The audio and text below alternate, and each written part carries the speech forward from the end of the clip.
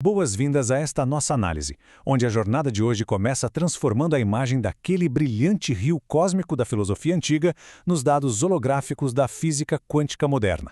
É literalmente uma travessia fascinante de ideias que moldaram nosso mundo. Vamos lá?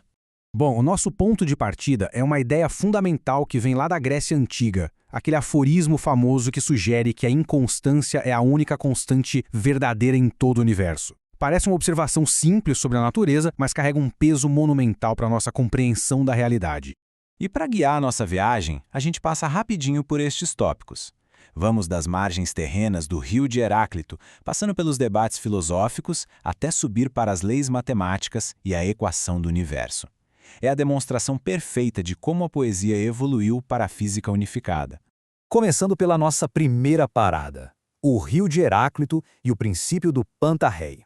A sacada incrível dessa visão de Heráclito é que o rio não é só um monte de água junta, e sim uma sucessão interminável de novas moléculas a cada instante.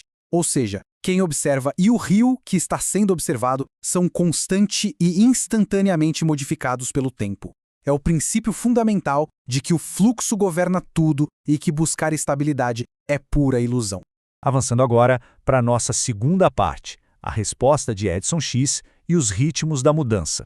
Aí vem um contraponto genial, trazido pelo pensador contemporâneo Edson X. A ideia de que a própria inconstância não pode ser 100% constante. Na verdade, ela oscila. Ela alterna entre pausas bem curtinhas e outras mais prolongadas, criando um ritmo estruturado. Aquela água inicial do rio pode acabar ficando parada num lago, enquanto o rio original em si deixa de existir. É uma releitura muito profunda sobre como o tempo age na matéria. Entramos então no nosso terceiro ponto, o grande debate filosófico entre fluxo e persistência. Este embate ilustra a tensão central de forma simplesmente brilhante. De um lado, temos Heráclito batendo na tecla de que a identidade do rio é o próprio fluxo. E se a água parar num lago, o rio morreu. Ponto. Mas do outro lado, Edson X observa que a água daquele rio precipitou e formou o lago. A forma mudou, sim, mas a matéria essencial persistiu.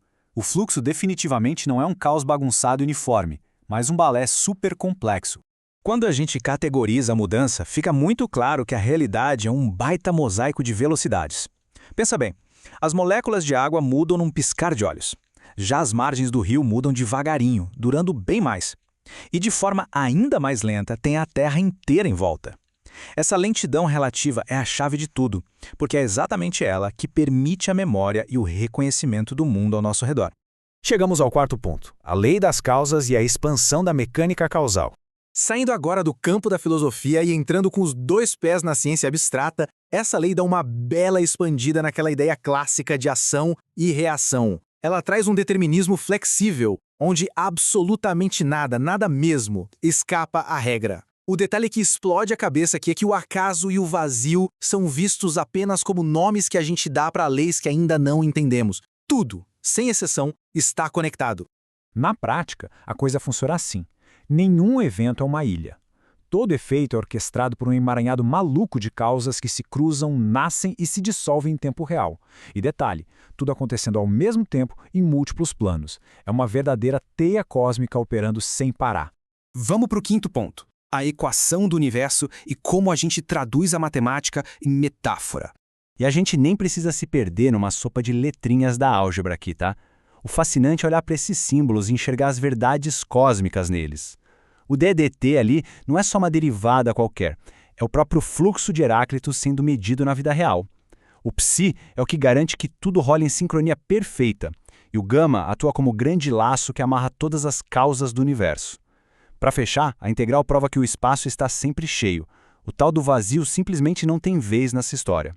Olha só como a estrutura incorpora os grandes pilares da ciência.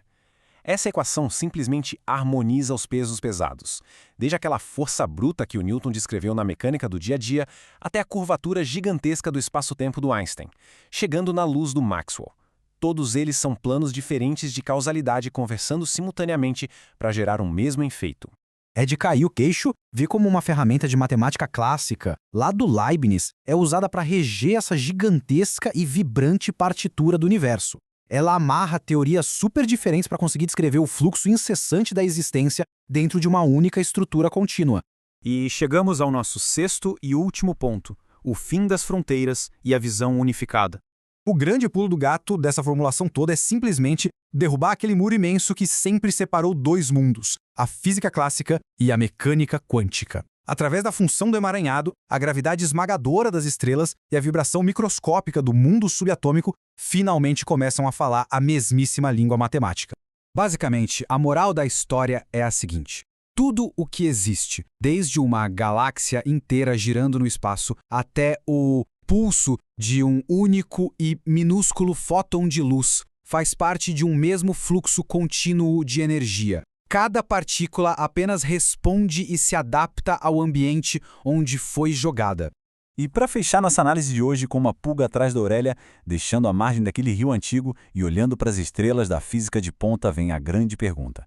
Se a própria matéria perdura e apenas troca de roupa e de velocidade nesse balé infinito, quais novas formas a consciência humana vai tomar no meio dessa dança eterna?